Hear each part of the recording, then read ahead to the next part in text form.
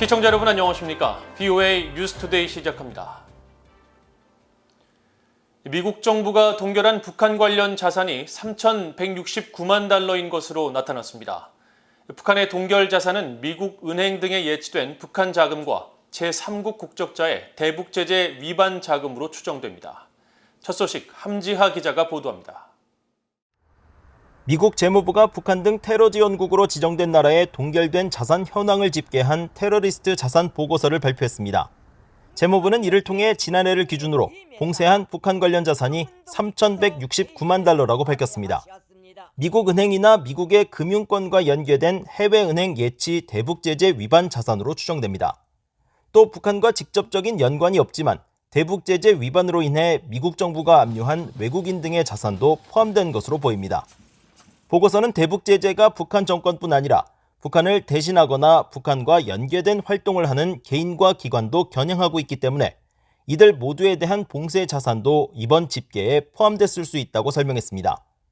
이어 대북 제재와 관련된 미국 대통령의 여러 행정명령들에 따라 북한 정권과 이해관계가 있는 자산 대부분이 차단된다면서 이번에 공개된 동결 자산 총액에는 북한 정권이나 다른 제재 대상 개인과의 간접적 이해관계로 인해 차단된 제3자의 자금도 포함돼 있다고 덧붙였습니다. 실제로 지난 4월 미국 검찰은 싱가포르 사업가 곽이생을 대북 제재 위반 혐의로 형사 기소하면서 그가 소유한 2,734톤급 유조선 커리저스호에 몰수 소송을 제기한 바 있습니다. 이 유조선은 지난 7월 미국 법원의 판결에 따라 최종적으로 미국 국고로 기속됐지만 미국 검찰의 압류 조치가 이어지던 지난해에는 미국 정부의 차단 자산으로 포함됐을 수 있습니다. 북한의 동결 자산은 테러 지원국으로 재지정된 첫 해 2017년에 6,340만 달러, 2018년엔 7,436만 달러였습니다. 지난해에는 이에 비해 절반 이상 수준으로 떨어진 건데 동결 자산 일부가 해제되거나 미국 법원에 북한을 상대로 손해배상금을 청구해 승소한 미국인들이 이 중 일부를 회수했을 가능성도 있습니다. 앞서 북한에 억류됐다가 혼수 상태로 미국으로 송환된 뒤 숨진 미국인 대학생 오토 원벼의 부모는 지난해 5월 미국은행 세 곳이 보유한 북한 자금과 관련한 소송을 제기하는 등 재무부가 차단한 북한 자금을 추적했었습니다. 당시 공개된 금액은 모두 2,379만 달러로 이번에 공개된 동결 자산의 일부로 추정됩니다. My message is to North Korea, like it always is. People matter. Otto matters. We're never going to let you forget our son. 이번 재무부 보고서는 또 다른 테러 지원국인 이란의 동결 자금을 7,375만 달러로 집계했으며 시리아도 북한보다 약 400만 달러 많은 3,532만 달러라고 밝혔습니다. VOA 뉴스 함지아입니다.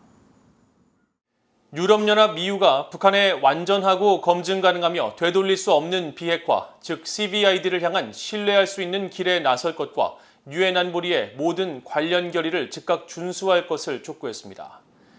EU는 8일 국제 핵실험 반대의 날과 포괄적 핵실험 금지 조약 CTBT 채택 25주년을 기념하기 위해 뉴욕 유엔 본부에서 열린 유엔 고위급 회의에서 한반도의 항구적 평화와 안보를 달성하기 위해 북한은 모든 관련 당사국들과 의미 있는 논의에 더욱 관여할 것을 독려한다면서 이같이 밝혔습니다. 또 북한이 포괄적 핵실험 금지 조약을 발효해 핵실험을 끝내겠다는 구두 의지를 이행할 것을 촉구하고 북한 핵실험장의 완전하고 검증 가능하며 돌이킬 수 없는 폐쇄 등 가시적인 진전을 바란다고 밝혔습니다. 한편 이날 회의에서 독일 대표는 지난 2000년 이후 핵실험을 실시한 나라는 북한이 유일하다고 지적했고 서유럽 국가 등은 북한이 강행한 6차례 핵실험은 유엔 안보리 관련 결의를 위반한 것으로 가장 강력하게 규탄한다고 밝혔습니다. 일본 법원이 다음 달 열리는 제1한인 북송사업 피해자들의 손해배상 청구 소송 재판에 김정은 북한 국무위원장의 법정 출석을 명령했습니다. 원고 측은 김 위원장이 출석한 가능성은 사실상 없지만 재판을 통해 북한 정권의 거짓말과 범죄뿐 아니라 실질적인 책임 규명이 본격화되는 계기가 되길 바란다고 밝혔습니다. 김영권 기자가 보도합니다. 북한 정권을 상대로 일본에서 손해배상 청구 소송을 제기한 제1한인 북송사업 피해자와 변호인은 7일 기자회견을 열어 일본 도쿄지방법원이 다음 달 14일에 열릴 재판에 김정은 국무위원장의 법정 출석을 명령했다고 밝혔습니다. 도쿄지방법원이 지난달 공시송달 절차를 거쳐 북한 지도자인 김정은 위원장에게 법정 출석을 명령한 겁니다. 원고 측의 후쿠다 켄지 변호사는 해외 지도자에 대해 면책 특권을 적용하지 않는 이례적인 소환 사례라면서 김정은이 재판에 출석하진 않겠지만 재판 과정과 판결 등에 대한 상징성이 크다고 설명했습니다.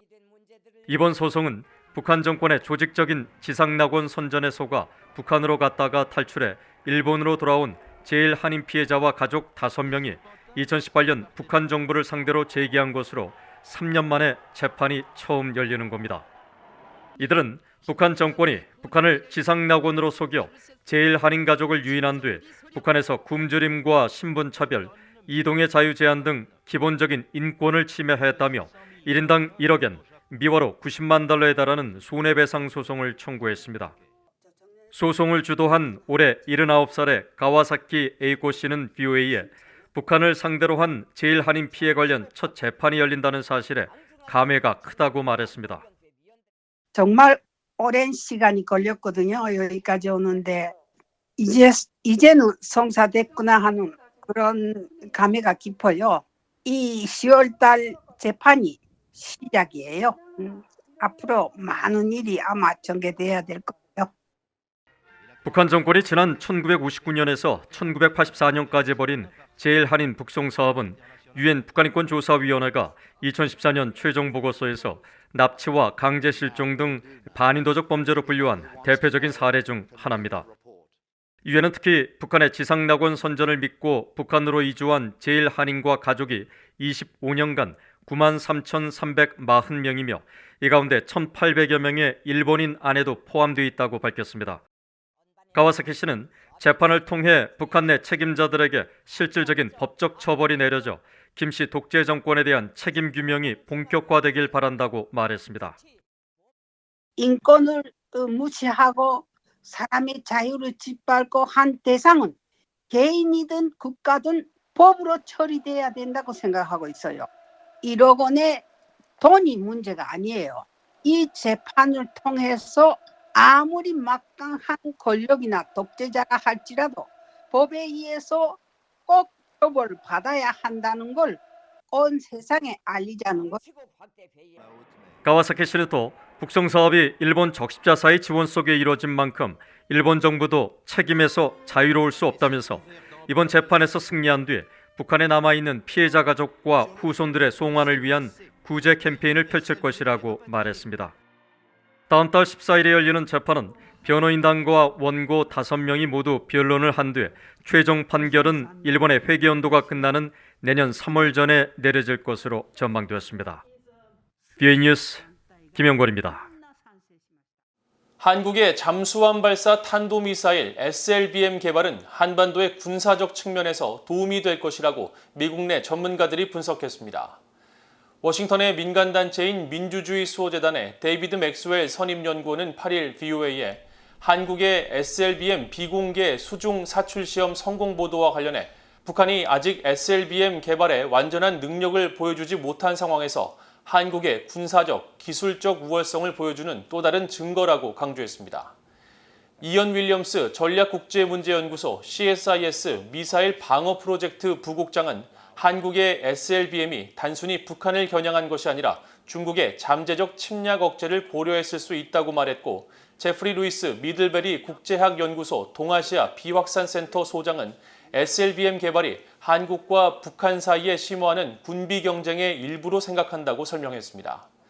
앞서 조선일보와 연합뉴스 등 한국 언론들은 지난 7일 군 소식통을 인용해 해군 잠수함 도산 안창호함에서 SLBM을 발사하는 비공개 수중 사출 시험이 진행됐다면서 개발이 완료되면 미국과 러시아, 영국, 프랑스, 인도, 중국, 북한에 이어 세계 8번째로 SLBM 보유국이 된다고 보도했습니다. 국제올림픽위원회 IOC가 지난 8월 개최된 도쿄올림픽에 일방적 불참을 결정한 북한 올림픽위원회의 자격을 내년 말까지 정지하는 징계를 내렸습니다. 토마스 바흐 IOC 위원장은 8일 기자회견을 갖고 북한은 지난 도쿄올림픽에 유일하게 불참을 결정했다면서 이에 따라 IOC 위원회는 만장일치로 북한 올림픽위원회의 자격을 2022년 말까지 정지하기로 결정했다고 밝혔습니다. 이 같은 결정에 따라 북한은 국가 자격으로 내년 2월 중국 베이징 동계올림픽에 출전할 수 없게 됐고 자격 정지 기간 동안 IOC로부터 어떠한 관련 지원도 받을 수 없으며 IOC는 북한 선수가 개인 자격으로 올림픽 출전권을 획득할 경우에는 적절한 결정을 내릴 것이라고 설명했습니다. 북한은 지난 3월 조선올림픽위원회 총회를 통해 신종 코로나 바이러스 감염증 사태로부터 선수들을 보호하기 위해 도쿄올림픽 불참을 결정한다고 했지만 IOC 측은 북한으로부터 올림픽 참가 의무를 면제해달라는 어떠한 공식적인 신청도 받지 못했다고 밝혔습니다. 이상으로 BOA 뉴스투데이를 모두 마칩니다. 시청해주신 여러분 고맙습니다.